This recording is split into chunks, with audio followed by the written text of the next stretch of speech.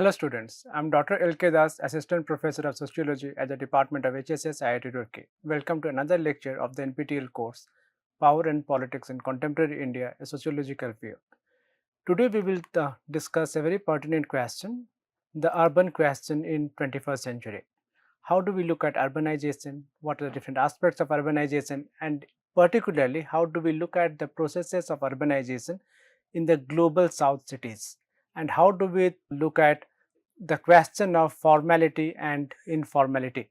Are they two different sectors, or are they intermingled with each other, or are they enmeshed and entangled with each other?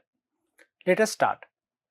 So, the question of urbanization in the global south is also related to the question of urbanization in the global north, because most often than not what we witness is that the theories and studies on urbanization, whether it is the Chicago School or it is the examples from Canada, examples from Europe, examples from Australia, so on and so forth, all of them provide the example of a city or the examples of city life which is well organized. The city itself is well organized. A particular kind of planning has been implemented, whether it is grid pattern, whether it is cul-de-sac, whether it is a combination of regulatory zones, so on and so forth, in which city embodies class, city embodies capital, and cities embody citizenship. Now, if we equate or if you try to understand how it was done there and how it is done in the global south, there will be a little bit of difference there. Why? Because most often than not, when we study about cities in the global north, we do not go back to the historical aspect of those cities. Rather, we witness what has happened in those cities in the post 1945 period. Not at the time of industrialization, except a few examples that were given by Friedrich Engels. Most of the times, when you look at cities in the global north, in the more industrialized nations, we witness them as this beautifully well organized and well planned spaces where everybody is doing their work, everything is running on time, there are no slums, and if there are slums, the slums are there in the global south. So, the urban question today is regarding the formal informal dualities and the legal illegal binaries. Whether they exist in the first place, we will try to understand in today's lecture. We will also try to understand how informality shapes and is shaped by class relationships. So, let us start. Now, the concept of informality or the informal sector itself comes from Keith Hart's 1973 work in Ghana. So, he was assigned to go to Ghana and check out what kind of works are being done there. So, what did he do? He went there to urban locations and very meticulously he codified all the different types of works that were done there, like the taxidermist. So, the classification he did was that in an informal economy, people are engaged in multiplicity of work. One could be a ready wala, one could be a flower seller or flower vendor, one could be somebody who is a construction worker but not having a permanent work site. Somebody could be part of a permanent site but not having a permanent or regular contract of employment. Somebody could be something else. So, in that case, he listed out a number of items, and then he argues that all of them, all of these works, they are either part of formal employment or they are part of informal employment. And when they are part of informal employment, that means either they are regulated by the state or they are not regulated by the state. If they are not regulated by the state, then how do they function in a particular economy? And with the 1973, a massive wave of the informality that emerged, and arguments regarding informality emerged. which was taken further by the Manuel Castells and Portis, almost a decade later, when they argued that rather than understanding informality as a dual form of formal structures, we need to understand informality as an integral part of capitalism and not external or exception.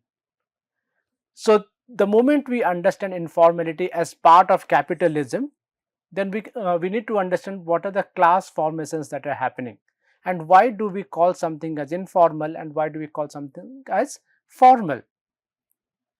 So, this formal informal duality was later on challenged by Jan Breman in his again 1970s work, in which he, from his work that he did in Gujarat and in India, he argues that formal informal duality or formal informal binary, or through these binaries, we are completely misunderstanding the way global south functions. Because in the Indian context, whether you take the context of the industrial capital or you take the context of rural capital, informality has always been there. But he did not look at the urbanization processes, because most of his works in the 1970s were related to rural areas and how agricultural laborers, they have always been part of an informal economy, because they never had a formal contract through which they would receive something. It was always verbal in nature. So, this formal informal duality doesn't hold much water in the global south context. But it was Ananya Roy in 2005 and others who used the concept of informality to understand something called mode of organization and mode of urbanization as a system and not as a sector. Because the moment we say sector, that means there is something formal and something informal. So, you list out a few things in the formal sector, you list out a few things in the informal sector. Whereas the moment you call it as a system, that means there is an integrated whole in which both formal and informal, they are living together. So, the role of the scholars, the role of researchers and a political sociologist is to understand how nuanced, or what are the nuances of the system. So, she gives an argument that it's not the poor or the marginalized who are only engaged in informal economies, as was claimed by Keith Hart. She argues that the elite and the corporate sector are also engaged in informality. So, if they are engaged in informal relationships, then we need to address this gap in literature, that how are they engaged in them. At the same time, she is also looking at informality with its links with state, with market and citizens through the different types of negotiations. So, to sum it up, formal is usually looked in terms of order, informal is looked in terms of chaos. But if you look at Ananya Sector's idea of system, then both order and chaos are part of this process. And as a matter of fact, chaos gives order its orderliness. Without this chaos, there would not be any order. So, rather than looking at them as dichotomous processes, we need to look at them as one unit, one single unit.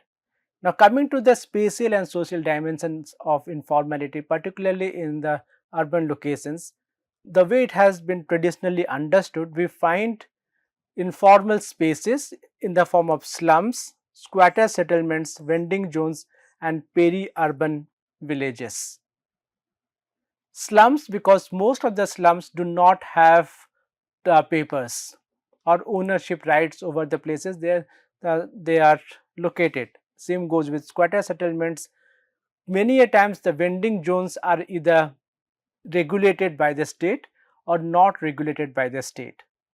And peri-urban villages which are, if this is the city limit, some villages here are either part of the city or they're outside of the city. Many a times even they themselves don't know whether they are inside or outside of it. So the poor,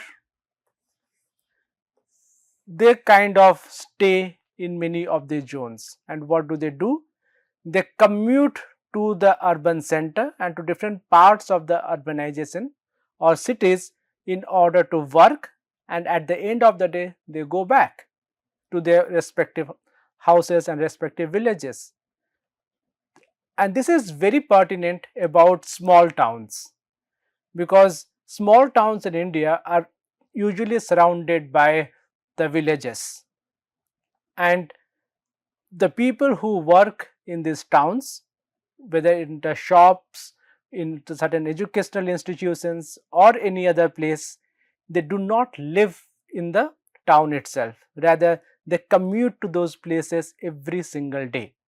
So because they commute to the places every single day, so these spaces are also marked by the poor infrastructure and social stigma, because when you have slums and squatter settlements, then of course there is no infrastructure, there is no electrical infrastructure, there is no proper water infrastructure, or there is no proper road infrastructure, because as I said, they are squatters, which means they are illegally they are living there. And whenever the state requires, whenever municipal corporations or municipal councils require, they usually get rid of them by either burning down the entire slums or through slum demolition drives. So even vending zones have precarious tenure. These are not specialized zones where you have a permanent establishment, you get a letter of allotment from the municipal corporation and then work there. No, it is not like that. You can be evicted from those places. Certain places have certain vending zones, permanent structures, but most of the vending zones are not. It's just that you can go and be there till the time you are not messing around. And staying in these slums or these squatter settlements or these peri-urban villages are always associated with social stigma. Why? In slums, poor people live. In squatters, poor people live. In peri-urban villages, criminals live. And criminalization of this population also makes sense when we understand it as to why they are being targeted, because slums are also considered to be hubs of criminal activities, or if they are not, because of the low class, caste and other kind of situations, slum squatter settlements are brought within the framework of social stigma, particularly for the middle class and upper middle class and the rich. So they would like the slums and squatter settlements to be done away with, but of course they are not able to do away. So there is an ideological justification as to why periodically they need to be removed, because they are an eyesore and they should not exist there. But on the other side, these are also the sides of vibrant livelihood, culture and political action. Take the example of Dharavi in Mumbai. So Dharavi is Asia's largest slum. Do you think that people there just engage in criminal activities and they don't work? Then think again, because if we consider that these people are poor, that and they are not working, they are just idling around, that means they are going to starve themselves to death. There is no other option that they have. So what they do, they engage in any and every kind of activity that you can imagine of and that you cannot even imagine of. I am not even speaking about criminal activities. So For example, all across Mumbai, most of the recycling of plastic and plastic waste happens in Dharavi. It is one of the biggest places where recycling is happening, not just of plastics but also metal. There is a possibility that the cake that you order online from a fancy bakery is being created in one of Dharavi slums. The packaged food that you are buying from the supermarkets, there is a possibility that it is being packaged in the Dharavi. Nowadays, a fan following for packaged food items like parathas or even certain kind of snacks. There's a possibility that they are not being done in some fancy factories that you see, whose videos you watch on YouTube. Rather, they are being done in those small household kind of factories that are there. So these sites are quite vibrant and they are also culturally rich, because as most of the scholars over the past 1 century have been speaking about, starting with the Chicago school, that these sites called as slums or squatter settlements is the first point of contact for anybody who is migrating even temporarily to a particular city. So when they give examples of the New York or when they give examples of Chicago, they tell us as to the different kind of racial categorization or configuration of these slums. There could be people from Italy, there could be people from Greece, there could be people from Ireland, or any of that place for that matter, who come and stay there before they have achieved something and move out to more fancy locations. Similarly, in the slums that we have here in India, particularly to go back to our example of Dharavi, we can notice that in Dharavi you find people from Bihar, in Dharavi you find people from Uttar Pradesh, in Dharavi you find people from Odisha, in Dharavi you find people from Madhya Pradesh, in Dharavi you find people from all across South India as well as from Maharashtra. And when you live in that kind of a place, when you interact in those kind of spaces, you also have not only people speaking different languages, people also come from different religious and caste groups. But when they do so, it's not that they are all living as brothers and sisters of India. Rather, they create their own subgroups within these slums. So even for a social scientist, even for a political sociologist, understanding the culture of slums, the livelihood that are associated with these slums, as well as the political actions that are happening in these slums is extremely interesting. As a matter of fact, is not understood by middle class discourses who have been stigmatizing informality as illegal encroachment. That is the reason why whenever there is a foreign delegate coming to India or a foreign dignitary coming to India, the middle class and its discourse wants to either get rid of these places or wants to hide it from the views and images of India itself. So that is the reason why we need to understand the spatial and social dimensions of informality if we want to understand informalization and informality as a position in the global south cities. So historically, if you look at the places in India, colonial urbanization created spatial segregation in the form of native and colonial quarters. Now, if you go to a place like not just Delhi or Bombay, if you go to a place like Pondicherry, it's a small town, small Indian territory. It has been divided into two sections historically from the time of Dutch when they planted that city. One portion was called the white town, the other portion was called native town. And similarly, everywhere else you find similar kind of language being used. If it is a cantonment area, you have the cantonment and civil lines, both of them for the colonial rulers, and everything else for the natives. The same thing goes about Mussoorie and Lansdowne. The same thing goes about a place like Roorkee, where now I am located. So we have cantonment, we have IIT Roorkee, and we have civil lines. Outside of it, which is now called as Old Town.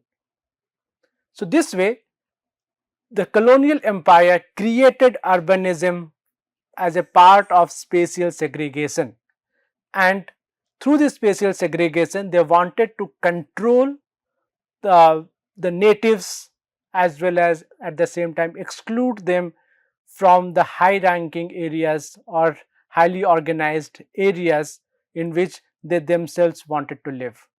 In the context of Delhi, you have the difference between not just cantonment, but look at the difference between Latins Delhi and anything outside of it. Why is it that even after so many years or so many decades, people who are part of Latins Delhi, they believe themselves to be of superior belonging than other ones, and everybody in Delhi wants to have a share there, because that is where power is located, that is where greenery is located, that is where everything else is located. And in the post colonial planning, we continue to do so. Recently, the Chandigarh became a place which has no slums, because the last slums are demolished. Now, why and how is it that even after post colonial planning, we continue to have a high modernist idea of development in which there is no space for slums? So, what happens to those people who were living in the slums?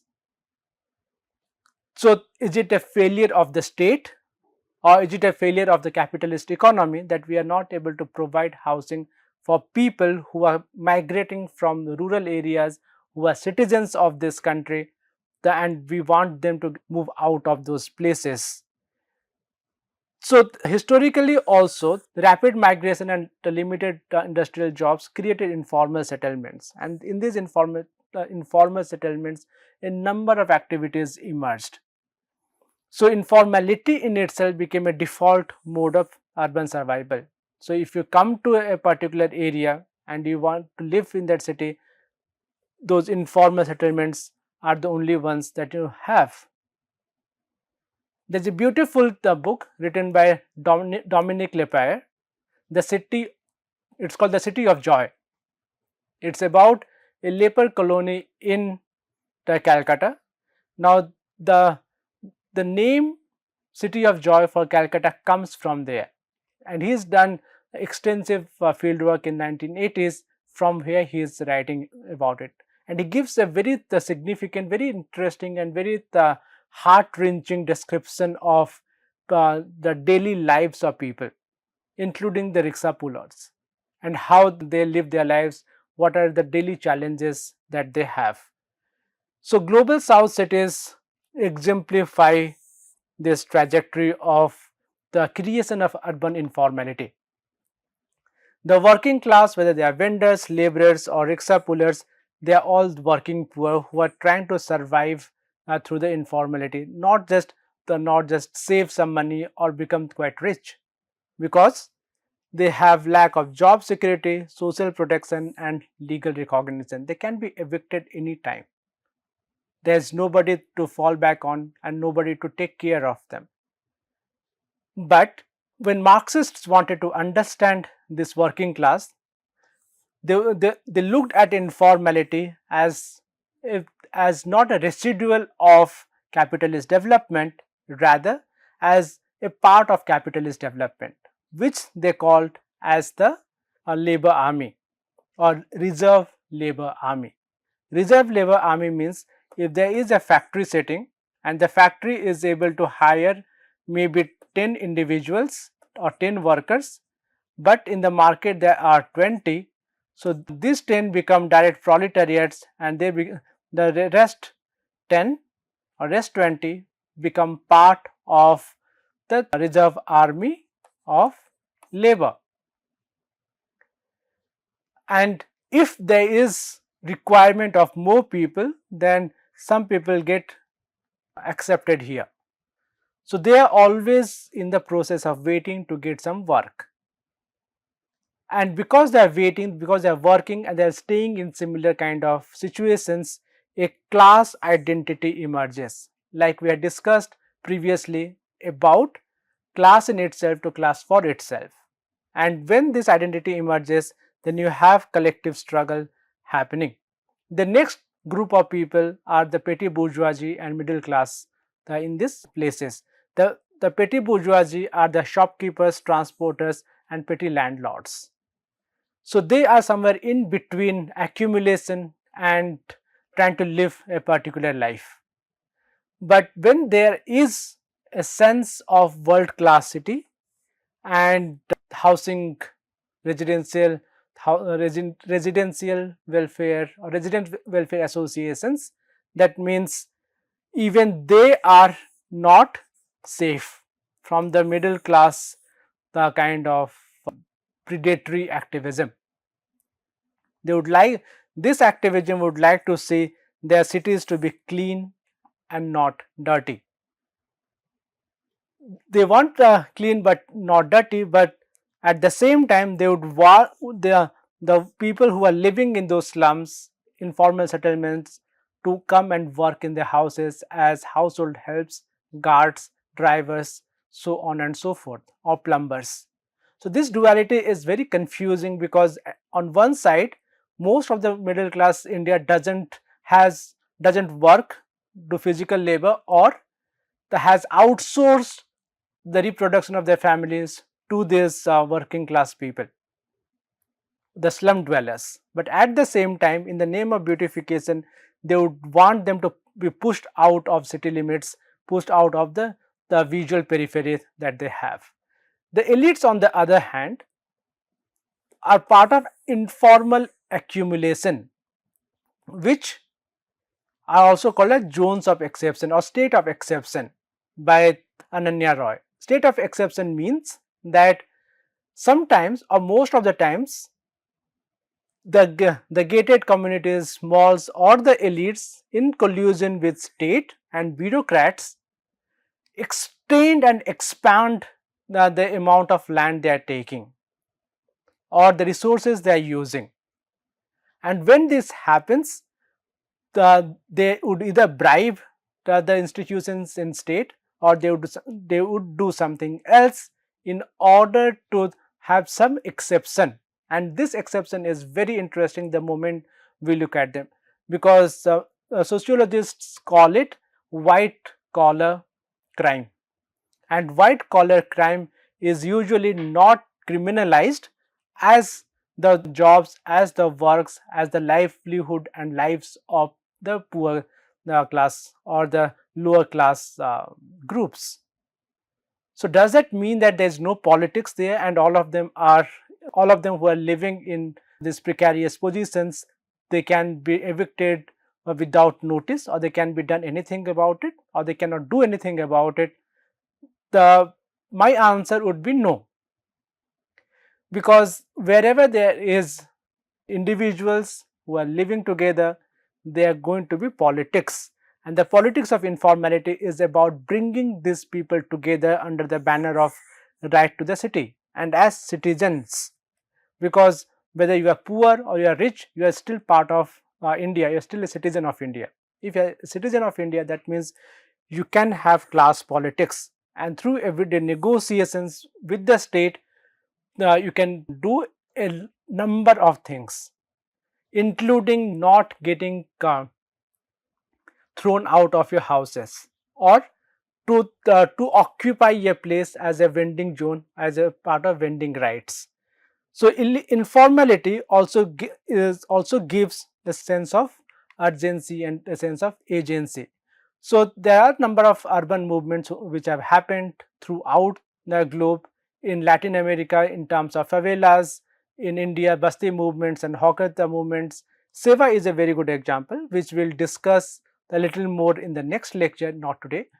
Africa also has, and as a matter of fact, any country you pick up from global south, you have urban movements which campaign for the rights, for housing rights, for water rights, so on and so forth, for the people at the margins. So informality is also associated with a politics of informality.